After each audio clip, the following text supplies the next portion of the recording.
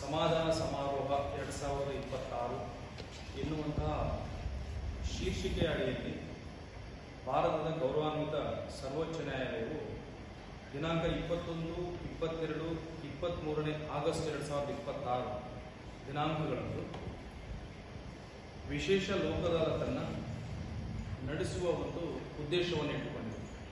ಇದು ಕೇವಲ ಗೌರವಾನ್ವಿತ ಸರ್ವೋಚ್ಚ ನ್ಯಾಯಾಲಯದಲ್ಲಿ ಬಾಕಿ ಇರುವಂತಹ ಪ್ರಕರಣಗಳಿಗೆ ಮಾತ್ರ ಸಂಬಂಧಪಟ್ಟಿರ್ತಕ್ಕಂಥದ್ದು.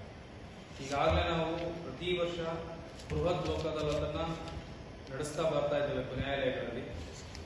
ಇದು ಸರ್ವೋಚ್ಚ ನ್ಯಾಯಾಲಯದಲ್ಲಿ ಬಾಕಿ ಇರತಕ್ಕಂಥ ಪ್ರಕರಣಗಳಿಗೆ ಮಾತ್ರ ಸಂಬಂಧಿಸಿರ್ತಕ್ಕಂಥ ವಿಶೇಷ ಲೋಕದ ಅಲ್ಲ.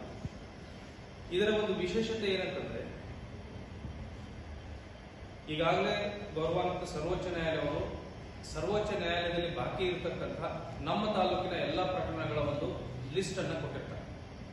ನಾವು ಆ ಲಿಸ್ಟ್ನ ಆ ಒಂದು ಪ್ರಕರಣಗಳ ಒಂದು ಫೈಲನ್ನು ನೋಡಿ ಆಯಾ ಪಕ್ಷಗಾರರಿಗೆ ನೋಟಿಸ್ ಅನ್ನು ಕೊಟ್ಟು ಇಲ್ಲಿ ನಾವು ನಮ್ಮ ತಾಲೂಕಿನಲ್ಲಿ ಮೀಡಿಯೇಷನ್ ಅನ್ನು ಮಾಡ್ತೀವಿ, ಮಧ್ಯಸ್ಥಿಕೆ ಮಾಡಿ ಇಲ್ಲಿ ಸೆಟಲ್ಮೆಂಟ್ ಮಾಡಿ ಅದನ್ನು ನಾವು ಗೌರವಾನ್ವಿತ ಸರ್ವೋಚ್ಚ ನ್ಯಾಯಾಲಯಕ್ಕೆ ರಿಪೋರ್ಟ್ ಅನ್ನು ಮಾಡ್ತೀವಿ. ಇದರಿಂದ ಆಗುವಂತ ಉಪಯೋಗ ಏನಂತಂದ್ರೆ, ಪಕ್ಷಗಾರರು ಯಾರು ಗೌರವಾನ್ವಿತ ಸರ್ವೋಚ್ಚ ನ್ಯಾಯಾಲಯಕ್ಕೆ ಹೋಗಿರ್ತಾರೋ, ಪ್ರಕರಣ ದಾಖಲಿಸಿರ್ತಾರೋ ಅಥವಾ ಅಪೀಲ್ ಸಲ್ಲಿಸಿರ್ತಾರೋ, ಅವರು ಮಧ್ಯಸ್ಥಿಕೆಗಾಗಿ ಅಲ್ಲಿ ಹೋಗುವ ಅವಶ್ಯಕತೆ ಇಲ್ಲ. ಯಾಕೆಂದ್ರೆ ಇಲ್ಲಿಂದ ಸುಮಾರು ಕಿಲೋಮೀಟರ್ಗಳ ಗಟ್ಟಲೆ ಅವರು ಪ್ರಯಾಣ ಮಾಡಬೇಕಾಗತ್ತೆ, ಅದಕ್ಕೆ ದುಡ್ಡು ಖರ್ಚಾಗುತ್ತೆ. ಅದರ ಬದಲಾಗಿ ನಮ್ಮ ತಾಲೂಕಿನವರು ನಮ್ಮ ಮಧ್ಯಸ್ಥಿಕೆ ತಾಲೂಕು ಗೌರಿಬಿದನೂರಿನ ನ್ಯಾಯಾಲಯದ ಅಂಗಳದಲ್ಲಿರ್ತಕ್ಕಂತಹ ಮಧ್ಯಸ್ಥಿಕೆ ಕೇಂದ್ರಕ್ಕೆ ಬಂದು ಇಲ್ಲಿ ಮಧ್ಯಸ್ಥಿಕೆಯನ್ನು ನಡೆಸಿ ಒಂದು ವೇಳೆ ಅದಕ್ಕೂ ಸಕ್ಸಸ್ ಆಯ್ತು ಅಂತಂದ್ರೆ ಅದರ ವರದಿಯನ್ನು ನಾವು ಸರ್ವೋಚ್ಚ ನ್ಯಾಯಾಲಯಕ್ಕೆ ಕೊಟ್ಟರೆ ಅಲ್ಲಿ ಪ್ರಕರಣ ಕ್ಲೋಸ್ ಆಗುತ್ತೆ, ಇತ್ಯರ್ಥ ಆಗುತ್ತೆ.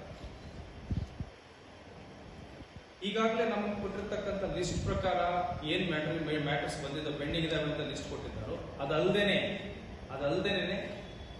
ನೀವು ಜನರಿಗೆ ಕೊಡುವಂತ ಒಂದು ವಿಶೇಷ ಒಂದು ಸೂಚನೆ ಏನಪ್ಪಾ ಅಂತಂದ್ರೆ, ಅವರೇನಾದ್ರೂ ಇತ್ತೀಚೆಗೆ ಏನಾದರೂ ಪ್ರಕರಣಗಳನ್ನು ದಾಖಲಿಸಿದ್ರೆ, ಅಪೀಲುಗಳನ್ನು ಸಲ್ಲಿಸಿದ್ರೆ ಅವರು ಸಹ ತಾವಾಗಿಯೇ ಸಹ ನಮ್ಮ ಒಂದು ನ್ಯಾಯಾಲಯಕ್ಕೆ ಬರ್ಬೋದು.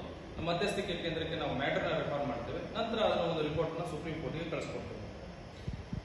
ಈಗ ಯಾವ್ಯಾವ ಪ್ರಕರಣಗಳು ಲೋಕ ಅದಾಲತ್ಗೆ ಅರ್ಹವಾಗಿರ್ತಕ್ಕಂಥವು ಅನ್ನೋದು ಹೇಳೋದಾದ್ರೆ, ಬ್ಯಾಂಕಿಂಗ್ ಮತ್ತು ವಿಮಾ ಸಂಬಂಧಿತ ಪ್ರಕರಣಗಳು, ನಾಗರಿಕ ಕಾನೂನು ಸಂಬಂಧಿಸಿರ್ತಕ್ಕಂಥ ಪ್ರಕರಣಗಳು, ಮೋಟಾರು ಅಪಘಾತ ಪರಿಹಾರದ ಪ್ರಕರಣಗಳು, ಗ್ರಾಮೀಣ ವ್ಯಾಜ್ಯಗಳು ಮತ್ತು ರೈತರ ಸಮಸ್ಯೆಗಳಿಗೆ ಸಂಬಂಧಿಸಿದ ಪ್ರಕರಣಗಳು, ಇತರೆ ಕ್ರಿಮಿನಲ್ ಪ್ರಕರಣಗಳು, ಕೌಟುಂಬಿಕ ವಿವಾದಗಳಿಗೆ ಸಂಬಂಧಿಸಿರ್ತಕ್ಕಂಥ ಪ್ರಕರಣಗಳು, ಕಾಮಗಾರಿ ಮತ್ತು ಕೈಗಾರಿಕಾ ಕಾನೂನುಗಳಿಗೆ ಸಂಬಂಧಿಸಿರ್ತಕ್ಕಂಥ ಪ್ರಕರಣಗಳು, ಭೂ ಸ್ವಾಧೀನ ಮತ್ತು ಪುನರ್ವಸತಿ ಪ್ರಕರಣಗಳು, ಆಸ್ತಿ ತೆರಿಗೆ ಪ್ರಕರಣಗಳು, ಬಾಡಿಗೆ ನಿಯಂತ್ರಣ ಮತ್ತು ಸಾರ್ವಜನಿಕ ಆವರಣ ಕಾಯ್ದೆ ಪ್ರಕರಣಗಳು, ಸೇವಾ ಕಾನೂನುಗಳಿಗೆ ಸಂಬಂಧಿಸಿರ್ತಕ್ಕಂಥ ಪ್ರಕರಣಗಳು ಹಾಗೂ ವರ್ಗಾವಣೆ ಅರ್ಜಿಗಳು.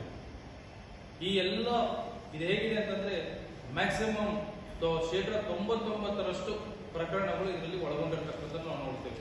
ಈ ಎಲ್ಲಾ ಪ್ರಕರಣಗಳಿಗೆ ಸಂಬಂಧಿಸಿದಂತೆ ಒಂದು ವೇಳೆ ಸರ್ವೋಚ್ಚ ನ್ಯಾಯಾಲಯದಲ್ಲಿ ಪ್ರಕರಣಗಳು ಬಾಕಿ ಇದ್ರೆ ಅಂತಹ ಪಕ್ಷಗಾರರು ನೇರವಾಗಿ ಗೌರಿಬಿದನೂರಿನ ಮಧ್ಯಸ್ಥಿಕೆ ಕೇಂದ್ರಕ್ಕೆ ಬಂದು ಇಲ್ಲಿ ಒಂದು ಅಹವಾಲನ್ನ ಮಾಡಿ, ಮಧ್ಯಸ್ಥಿಕೆ ಕೇಂದ್ರದಲ್ಲಿ ಯಾರ್ಯಾರಿರ್ತಾರೆ, ನುರಿತ ಮಧ್ಯಸ್ಥಿಕೆಗಾರರು ಇರ್ತಾರೆ, ನ್ಯಾಯಾಧೀಶರು ಇರ್ತಾರೆ, ವಕೀಲರು ಇರ್ತಾರೆ, ಎಲ್ಲರ ಸಹಾಯ ಪಡ್ಕೊಂಡು ಮಧ್ಯಸ್ಥಿಕೆಯಲ್ಲಿ ಪಾಲ್ಗೊಂಡು ಒಂದು ವೇಳೆ ಕೇಸು ಇತ್ಯರ್ಥ ಆಯ್ತು, ಸಕ್ಸಸ್ ಆಯ್ತು ಅಂತಂದ್ರೆ ಅದನ್ನ ಗೌರವಾನ್ವಿತ ಸರ್ವೋಚ್ಚ ನ್ಯಾಯಾಲಯಕ್ಕೆ ರಿಪೋರ್ಟ್ ಮಾಡ್ತೇವೆ, ಕೇಸ್ ಅಲ್ಲಿಗೆ ಇತ್ಯರ್ಥಗೊಳ್ಳುತ್ತೆ.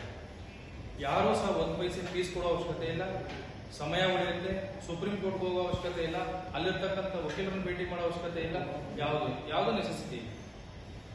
ಹಂಗಾಗಿ ಈ ಒಂದು ಗೌರಿಬಿದನೂರಿನ ಸಾರ್ವಜನಿಕರಲ್ಲಿ ಮನವಿ, ಈ ಒಂದು ಸಮಾಧಾನ ಸಮಾರೋಹ 2026 ಶೀರ್ಷಿಕೆಯ ಅಡಿಯಲ್ಲಿ ಏನ್ ನಮ್ಮ ಸರ್ವೋಚ್ಚ ನ್ಯಾಯಾಲಯ ಈ ಒಂದು ವಿಶೇಷ ಲೋಕ ಅದಾಲತನ್ನ ಹಮ್ಮಿಕೊಂಡಿದೆ, ಅದರಲ್ಲಿ ಪಾಲ್ಗೊಂಡು ಉಪಯೋಗ ಪಡ್ಕೋಬೇಕು ಅಂತೇಳಿ ಎಲ್ಲರಲ್ಲಿ ಕೇಳ್ಕೊತಾ ಇದ್ದಾರೆ.